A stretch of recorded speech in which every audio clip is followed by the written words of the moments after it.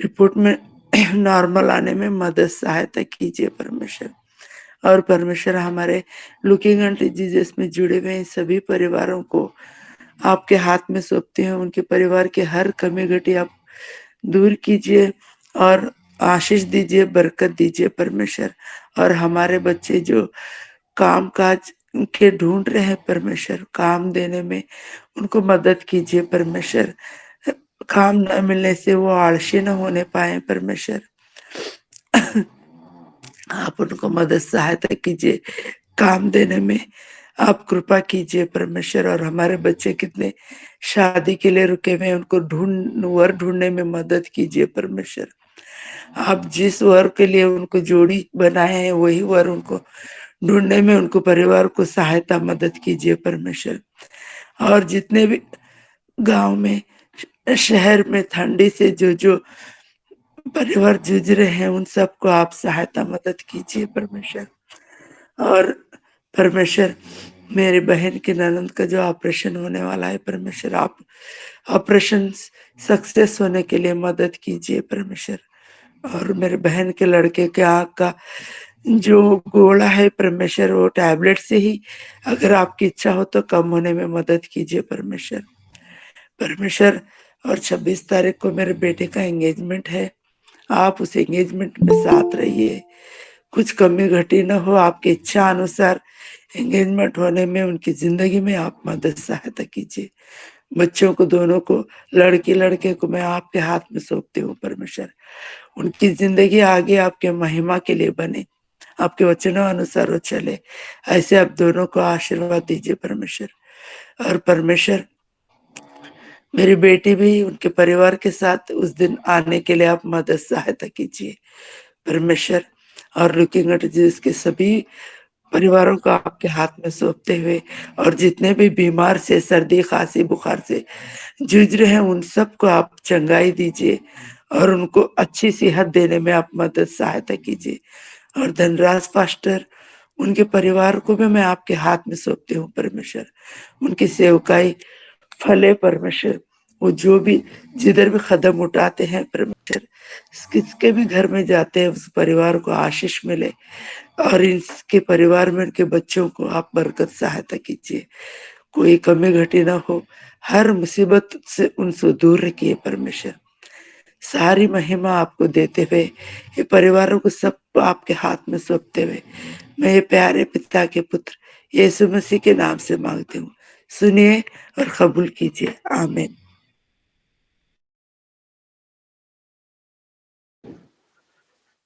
Praise the lord, hallelujah. Thank you sister ji, सारे बातों के लिए प्रार्थना करते हैं। और मल्लेश भाई प्रेज द लॉर्ड अम्मा। तेलंगाना से है, मल्लेश भाई का भी प्रेयर रिक्वेस्ट आया है। आ, जानते हैं उनकी रीढ़ का हड्डी का फ्रैक्चर हुआ था एक्सीडेंट में 2 साल पहले। एक छोटा 3 साल का बेटा है, 3 साल से भी छोटा, और पत्नी छोड़कर चली गई है। बूढ़ी मम्मी सेवा करती है मल्लेश जी का, और उस बेटे का बिस्तर पर ही सब कुछ होता है। हाथ पैर हिलाते हैं लेकिन खड़े नहीं हो पाते, चल नहीं सकते। सर्जरी हुआ है बहुत दिन बाद, गरीबी की वजह से लाखों रुपया खर्चा हो रहा था। गांव वालों ने दया किया उन पर और पैसे इकट्ठे करके कुछ मीडिया वालों के सहायता मदद हुआ, ऑपरेशन हुआ। लेकिन कमजोरी की वजह से, ताकत नहीं होने की वजह से, डॉक्टरों का कहना है थोड़ा टाइम लगेगा और उनको फिजियोथेरेपी करना पड़ेगा। Physiotherapy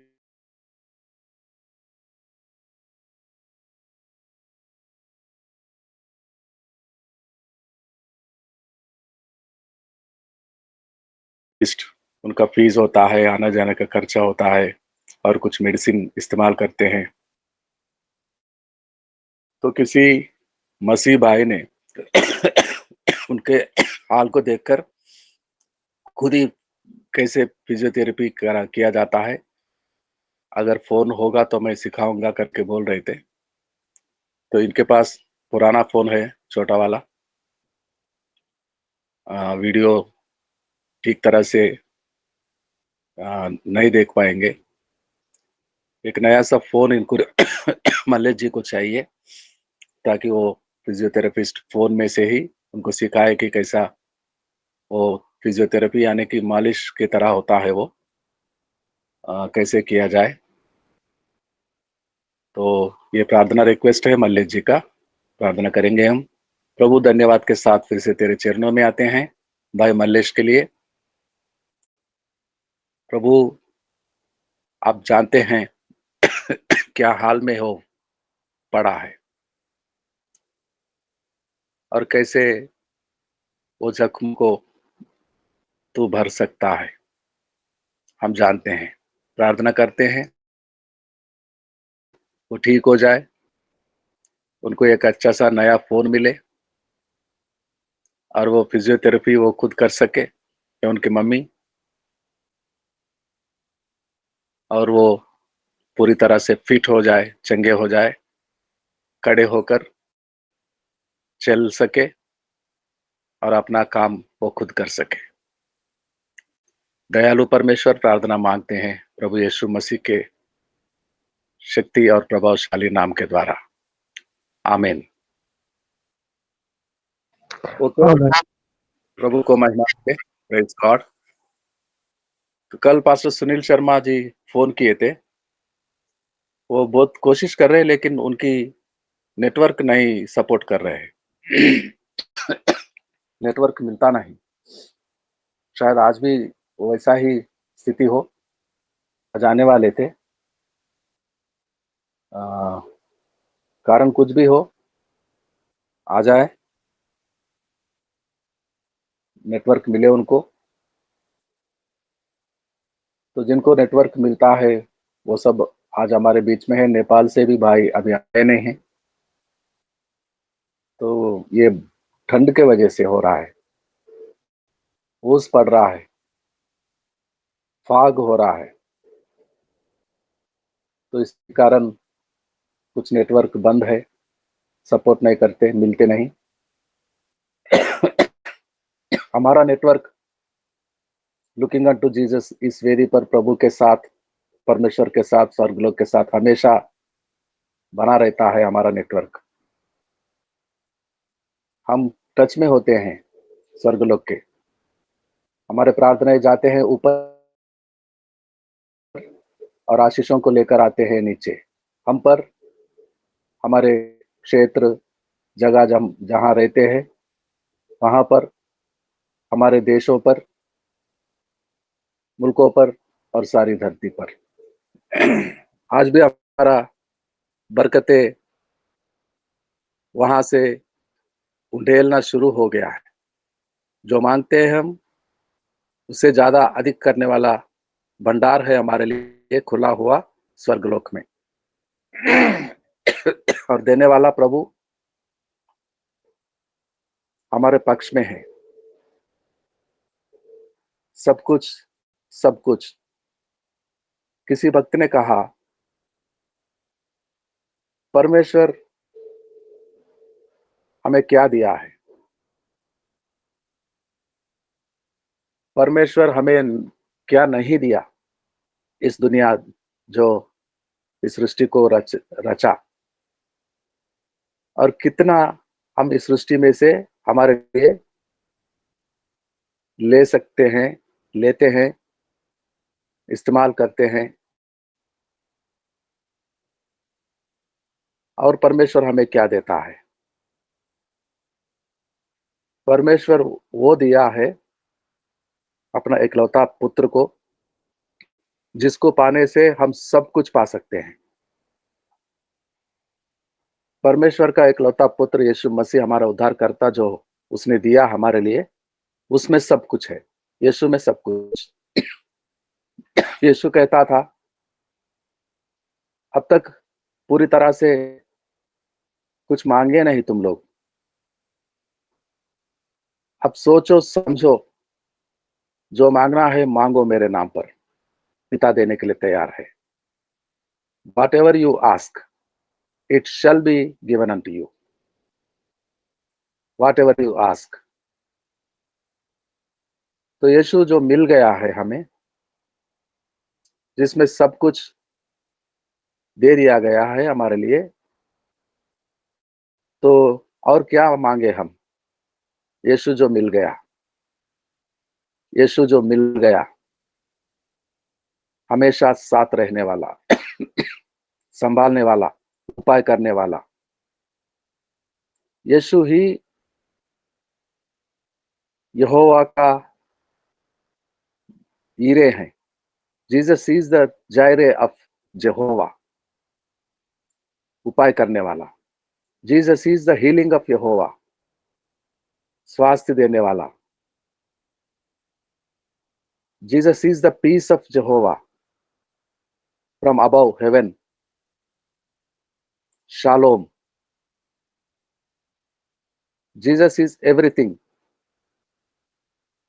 what we need today. हमारे बच्चे जिनकी एंगेजमेंट हो रहे हैं, हम जीसस के नाम से मांगते हैं कि वो भाई जिसका एंगेजमेंट हो रहा है 26 तारीख को, उसके बहन जो पहले शादी कर कर गई है, ससुराल में है, ससुराल वाले नहीं आने देते, बातें भी नहीं करते। हम किसके पास जाएं?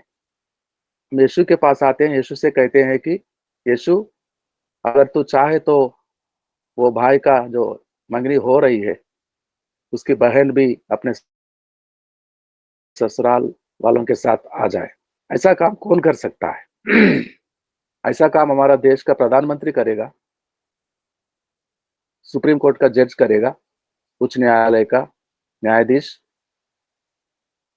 मुख्यमंत्री करेगा, पुलिस थाने में वो दरोगा करेगा।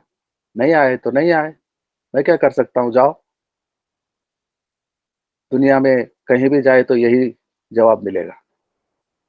लेकिन एकमात्र ऐसा स्थान है जो यीशु के पास जो कुछ भी मांगे वो ऐसा करता है। और कितने करते हैं, कितने मांगते हैं हम लगातार प्रतिदिन, और कितने वो देता है हमें, हमारा सुनता है। Praise God, hallelujah. तो आइए, सुनील शर्मा जी का लाइन नहीं लग रहा होगा, हम परमेश्वर के वचनों में जाएंगे, कुछ वचनों को पढ़ेंगे और मनन करेंगे, सीखेंगे। यीशु जो सिखाना चाहता है आज हमें, उसके वचनों के द्वारा। लूका सुसमाचार 7वां अध्याय 36 से लेकर इस अध्याय का पूरा होने तक 50 तक पढ़ेंगे। 36 से लेकर, ध्यान से सुनिएगा। वचनों को जब पढ़ते हैं, यीशु के कहना बोलना, यीशु खुद हमें सिखाता है, हमें समझ आ जाएगा सुनते ही। तो ध्यान से सुनिएगा। हो सके तो बाइबल्स को खोलिएगा। तो मेरा एडवाइस हमेशा ये होता है, फोन में ऐप में बाइबल आ गया है, बहुत अच्छा है, लेकिन ऐसे समय पे जो परमेश्वर सिखाना चाहता है, ऐसे डिवोशन के समय पे, जब चर्च में जाते हैं आराधना के लिए, मीटिंग में जाते हैं और सुबह इस तरह की मीटिंग में आते हैं, तो बाइबल ले जाएं और खोलें। बाइबल आप फोन में अच्छा इसलिए है, जब कभी हम कहीं जा रहे होते हैं, यात्रा में होते हैं, तो बाइबल आपको फोन में पढ़ सकते हैं, सुन सकते हैं। बाइबल के पुस्तक को खोलना हमारे लिए आशीष के कारण है। तो खोलिए, पढ़ेंगे लूका समाचार, the gospel according to Luke chapter 7 verses 36 to 50, 36 से लेकर 50 तक। जी। फिर किसी फरीसी ने उससे विनती की कि वह उसके साथ भोजन करे। अतः वह उस फरीसी के घर में जाकर भोजन करने बैठा। उस नगर की एक पापिनी स्त्री यह जानकर कि वह फरीसी के घर में भोजन करने बैठा है, संगमरमर के पात्र में इत्र लाई और उसके पांव के पास पीछे खड़ी होकर रोती हुई उसके पांवों को आंसुओं से भिगोने और अपने सिर के बालों से पोंछने लगी और उसके पांव बार बार चूमकर उन पर इत्र मला। यह देखकर वह फरीसी जिसने उसे बुलाया था अपने मन में सोचने लगा, यदि यह भविष्यद्वक्ता होता तो जान जाता कि यह जो उसे छू रही है वह कौन और कैसी स्त्री है, क्योंकि वह तो पापिनी है। यीशु ने उसके उत्तर में कहा, हे शमौन, मुझे तुझसे कुछ कहना है। वह बोला, हे गुरु, कह। किसी महाजन के 2 देनदार थे, एक 500 और दूसरा 50 दिनार का देनदार था। जब उनके पास पटाने को कुछ न रहा तो उसने दोनों को क्षमा कर दिया। इसलिए उनमें से कौन उससे अधिक प्रेम रखेगा? शमौन ने उत्तर दिया, मेरी समझ में वह जिसका उसने अधिक छोड़ दिया। उसने उससे कहा, तूने ठीक विचार किया है। और उस स्त्री की ओर फिरकर उसने शमौन से कहा, क्या तू इस स्त्री को देखता है? मैं तेरे घर में आया, परंतु तूने मेरे पांव धोने के लिए पानी न दिया, पर इसने मेरे पांव आंसुओं से भिगोए और अपने बालों से पोंछा। तूने मुझे चूमा न दिया, पर जब से मैं आया हूं तब से इसने मेरे पांवों का चूमना न छोड़ा। तूने मेरे सिर पर तेल नहीं मला, पर इसने मेरे पांवों पर इत्र मला है। इसलिए मैं तुझसे कहता हूं कि इसके पाप जो बहुत थे क्षमा हुए, क्योंकि इसने बहुत प्रेम किया। पर जिसका थोड़ा क्षमा हुआ है वह थोड़ा प्रेम करता है। और उसने स्त्री से कहा, तेरे पाप क्षमा हुए। तब जो लोग उसके साथ भोजन करने बैठे थे वे अपने अपने मन में सोचने लगे, यह कौन है जो पापों को भी क्षमा करता है? पर उसने स्त्री से कहा, तेरे विश्वास ने तुझे बचा लिया है, कुशल से चली जा। आमीन।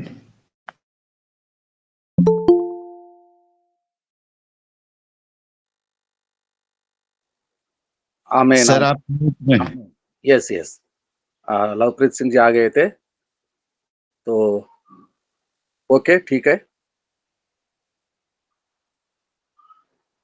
धन्यवाद प्रभु को इस सुंदर सा वचन के लिए। आज हम सीखने जा रहे हैं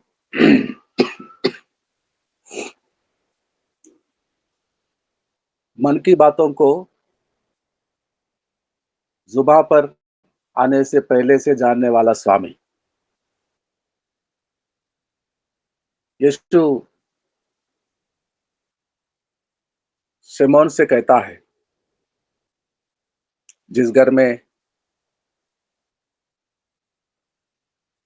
बुलाया गए थे यीशु अपने चेलों के साथ, भोजन का व्यवस्था भी हुआ था। अब बैठ रहे थे और सिमोन अपने मन में कहता था, सोचता था, ये देखकर वो फरीसी जिसने उसे बुलाया था अपने मन में सोचने लगा यीशु के बारे में। अगर ये सच्चा भविष्यता होता तो ये जान लेते ये स्त्री कौन है, कैसी स्त्री है, कितने पापिनी है। वो देख रहा था, क्या उसको डांटेंगे अगर ये सच्चा भविष्यता होता? क्या करेंगे, क्या बर्ताव करेंगे इस स्त्री के साथ? मन में सोच रहा था। और स्वामी ने जान लिया, मन की बातों को जान लेने वाला स्वामी। और वहां के सारे लोग देख रहे थे और उनके मन की बातों को भी समझा,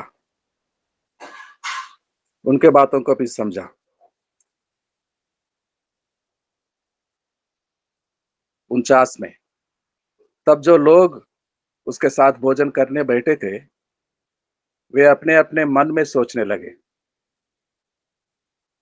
सबका मन के बातों को समझने वाला,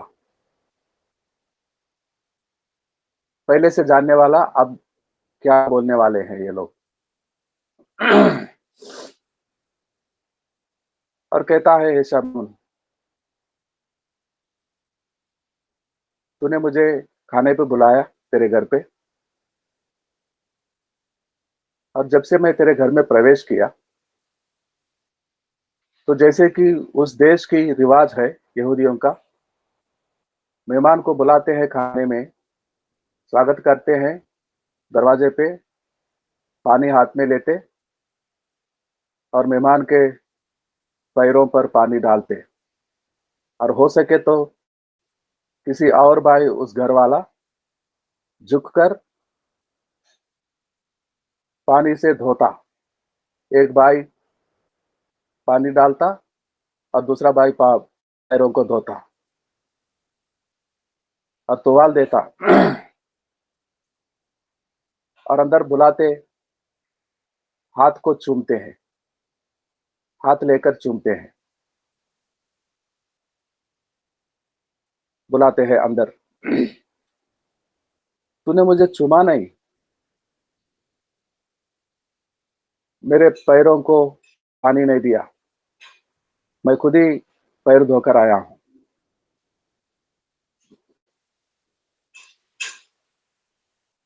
और ये स्त्री, अभी उसका मन की बात यही थी, अगर ये सच्चा भविष्यता होता तो ये जानता ये स्त्री कैसी है। अब यीशु उसके मन की बातों को सुना मन में और उसको उत्तर दे रहा है। तो क्या किसी बड़े भविष्यता से बड़ा नहीं होता यीशु? शमौन सोच रहा था कि अभी इस स्त्री के साथ क्या बर्ताव करेंगे, और वो सोचने वाले मन की बातों को सुनकर जवाब दे रहा है। या कोई भविष्यता से कम है यीशु? सब महान भविष्यताओं से बड़ा है।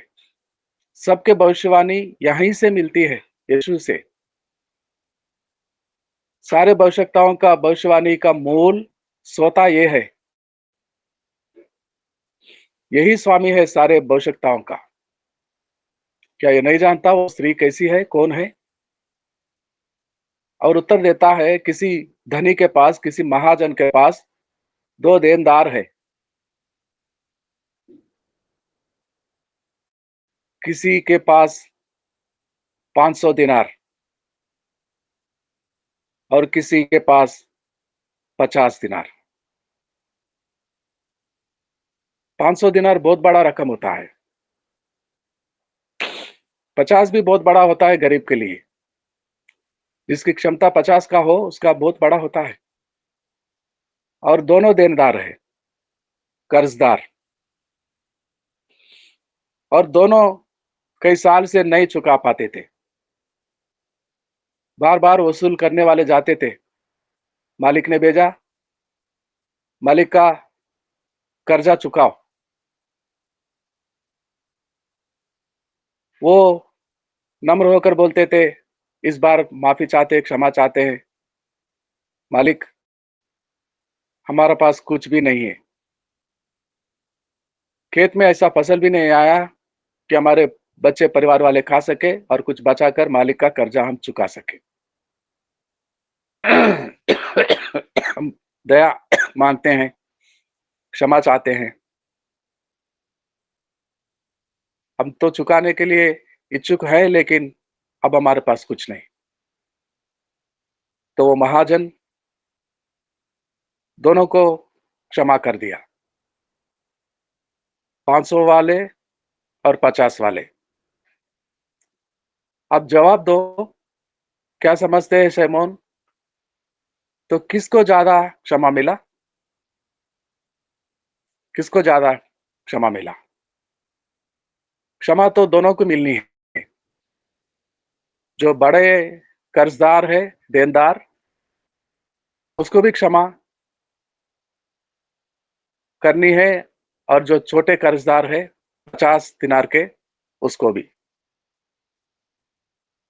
क्या छोटा ही क्षमा कर सकता है?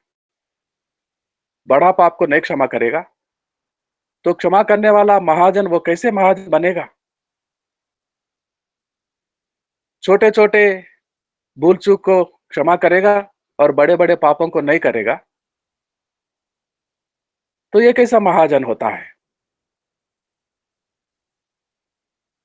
शैमोन सही उत्तर देता है, जिसको ज्यादा क्षमा मिला उसी को ज्यादा। हाँ, लेकिन इस स्त्री को देखो, तुम समझ रहे थे कि ये पापिनी है, और जब से मैं तेरे घर में प्रवेश किया हूं, तब से वो मेरे चरणों पर बैठती है, आंसुओं के साथ मेरे पैरों को भिगोती है, और वो संगमरमर के पात्र में उसके लिए बचाया गया। वो किसी को नहीं देती थी।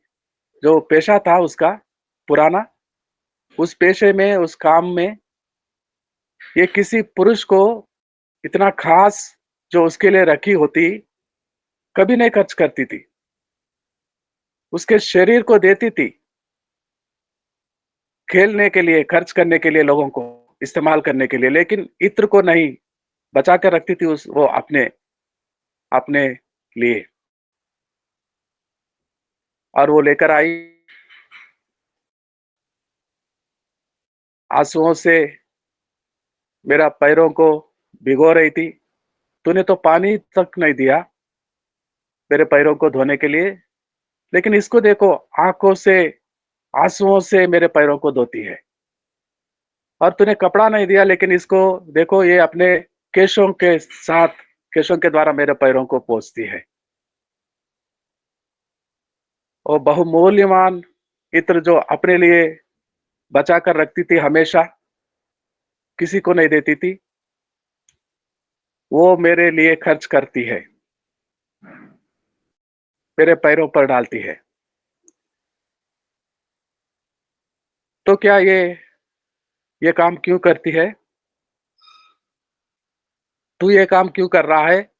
भोजन पे बुलाया हमें तेरे घर में, किस लिए बुलाया?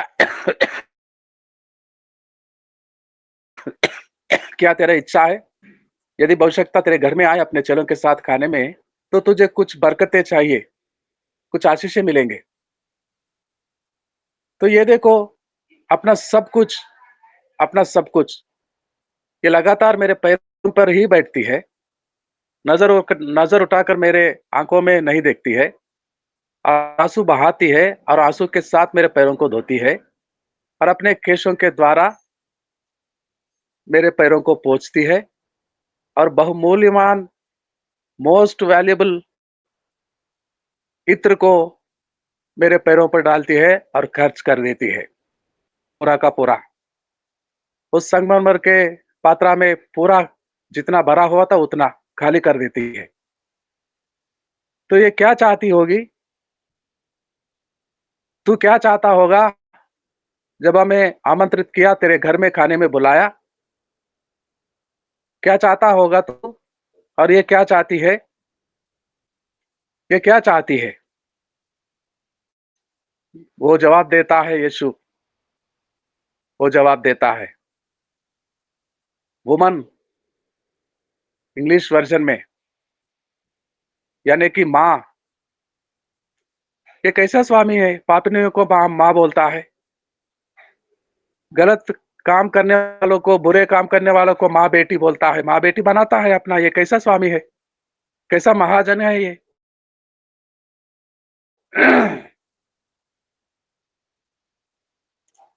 और ये शमौन के घर में जाने से पहले उस शहर के लोग, उस गांव के लोग यही बोल रहे थे, ये कैसा भविष्यवक्ता है? ये पापियों के घर में जाता है बार बार, पापियों से मेल मिलाप करता है, पापियों का खाना खाता है जाकर। और वो सुना सारे गांव वालों का और वैसा ही किया, और एक पापी के घर में जा रहा था और उस घर में और एक पापनी आकर बैठी। 33 का वचन पढ़ेंगे मदन जी, अब 36 से पढ़ रहे थे उसी अध्याय का, अब पढ़ेंगे 33 और 34। क्योंकि यूहन्ना बपतिस्मा देने वाला न रोटी खाता आया न दाख रस पीता आया, और तुम कहते हो उसमें दुष्ट आत्मा है। मनुष्य का पुत्र खाता पीता आया है, और तुम कहते हो देखो पेटू और पियक्कड़, मनुष्य चुंगी लेने वालों का और पापियों का मित्र। आमीन। उनके मन के बात गांव वालों के, तुम कहते हो अपने आप में और एक दूसरे के साथ मेरे और उंगली करके, देखो ये मनुष्य का पुत्र मसीह अपने ही बारे में बता रहे थे। मेरे गुरुजी आए थे मेरे से पहले, यूहन्ना, उसको तुम दुष्टात्मा बोल रहे थे, क्योंकि वो खाता नहीं था, पीता नहीं था, तुम्हारे साथ, तुम्हारे घर में नहीं आता था, गांव में नहीं आता था, जंगलों में चिल्लाता था, और उसको दुष्टात्मा कहते थे, बोलते थे तुम लोग। और मनुष्य का पुत्र जो मैं रोटी भी खाता, तुम लोगों के साथ भोजन करता, खाता पीता आया हूं, तो मैं पापियों का मित्र बन गया हूं। और तभी तभी देखिए, तुरंत किसी किसी के घर में जाता है और वहां पापनी आकर बैठती है, पापिनी। और हो सके तो उसको घर में प्रवेश ही नहीं करने देते बड़े लोग, गांव के लोग, हकाल देते, निकाल देते, भगा देते। लेकिन सारे पापियों को बुलाने वाला स्वामी उस घर में है।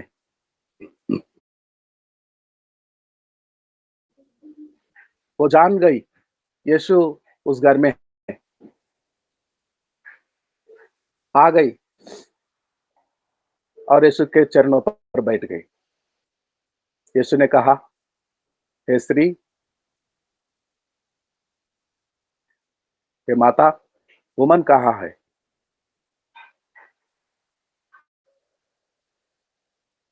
तेरे पापों का क्षमा हो गया है।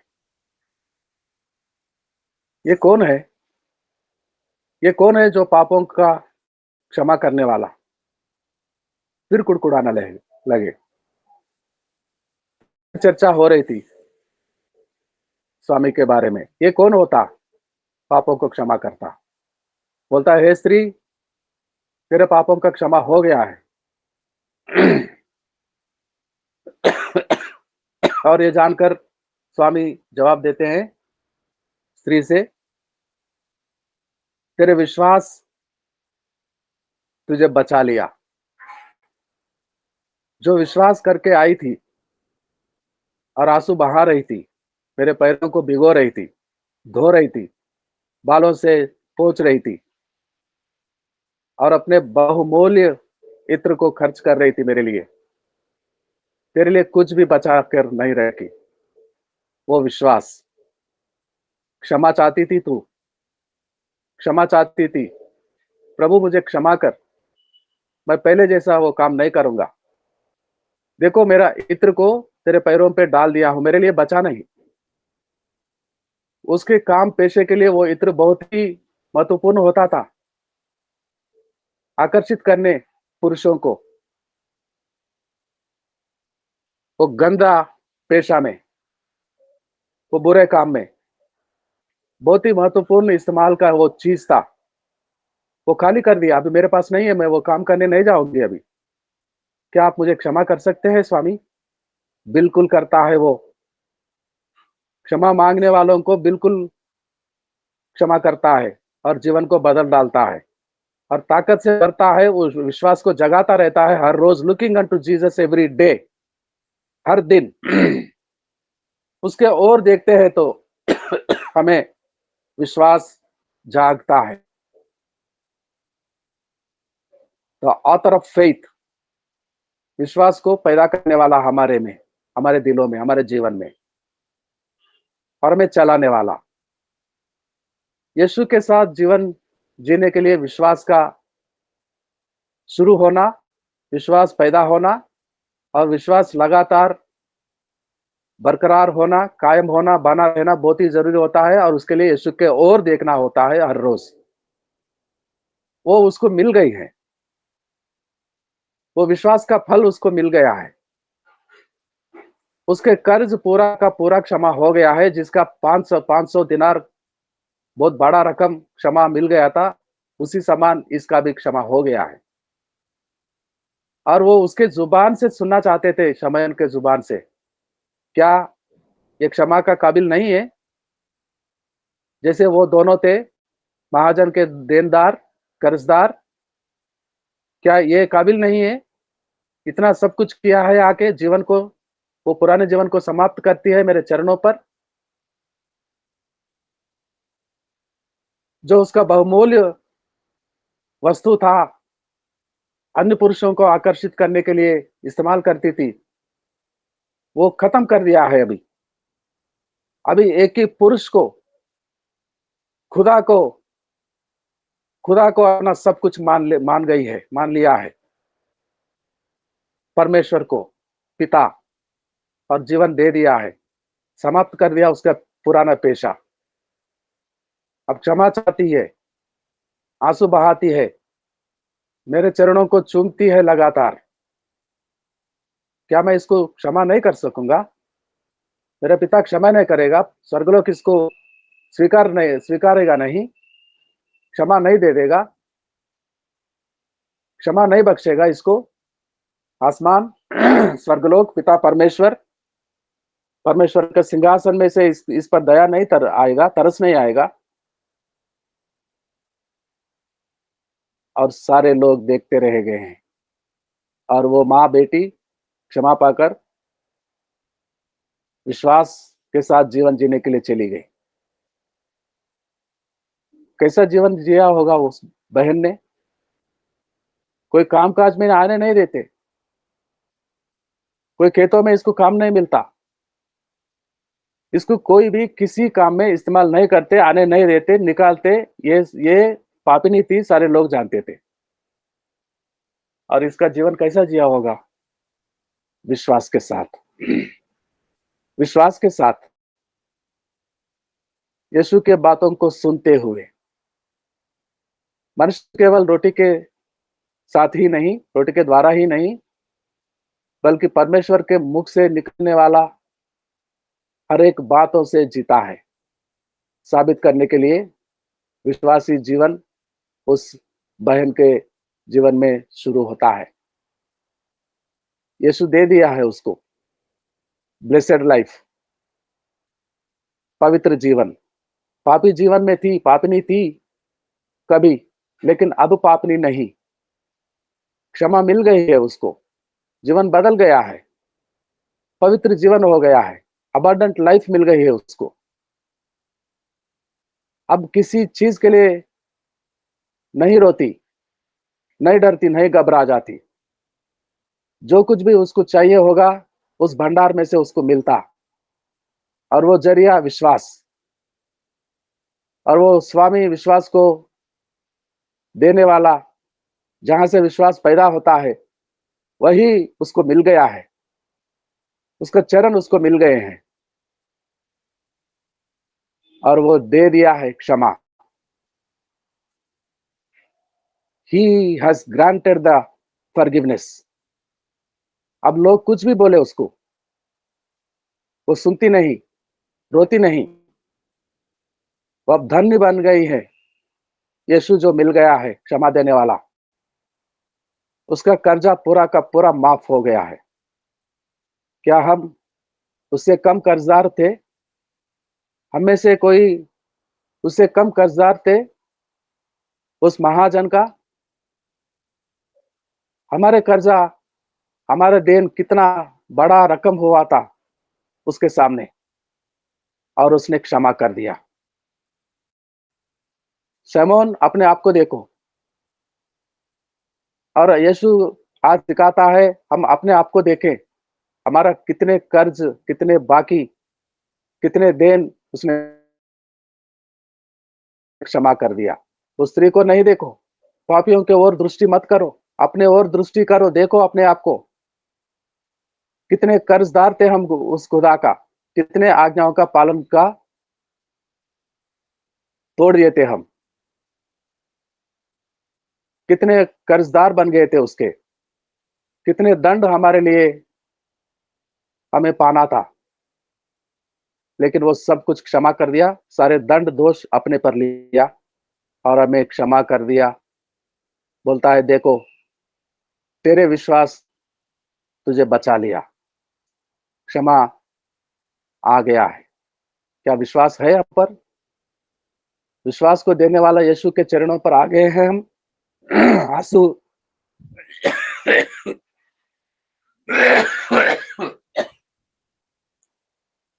आंसू बहाते हैं हम, आज यीशु के चरणों को भिगोते हैं।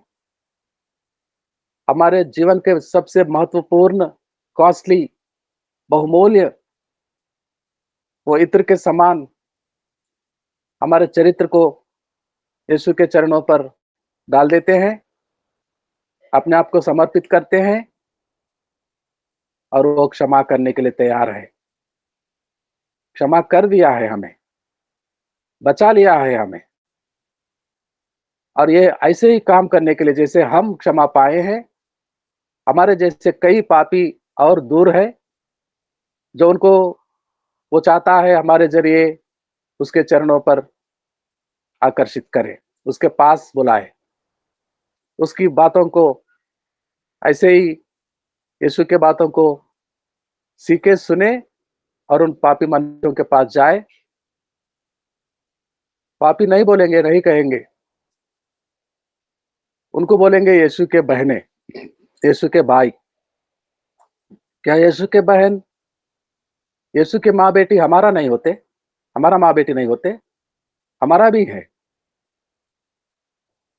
वो आज जो दूर है यीशु के, कल आएंगे यीशु के पास, आने के बाद भाई बहन बनेंगे, अभी से नहीं। अभी से भी वो हमारे भाई बहन है, इसलिए यीशु चाहता है हम जाए उनके पास, सुसमाचार को सुनाए, यीशु के बातों को सुनाए, प्रार्थना करें उनके लिए और लेकर आए। आने के बाद नहीं, आने से पहले से ही वो हमारे भाई बहन है, यीशु के माँ बेटियां हैं, यीशु के बेटे हैं। परमेश्वर इन बातों से हमें आशीष दे। परमेश्वर हमारे बड़े बड़े गुनाहों को माफ किया, बड़े बड़े कर्ज को माफ किया, क्षमा दिया हमें।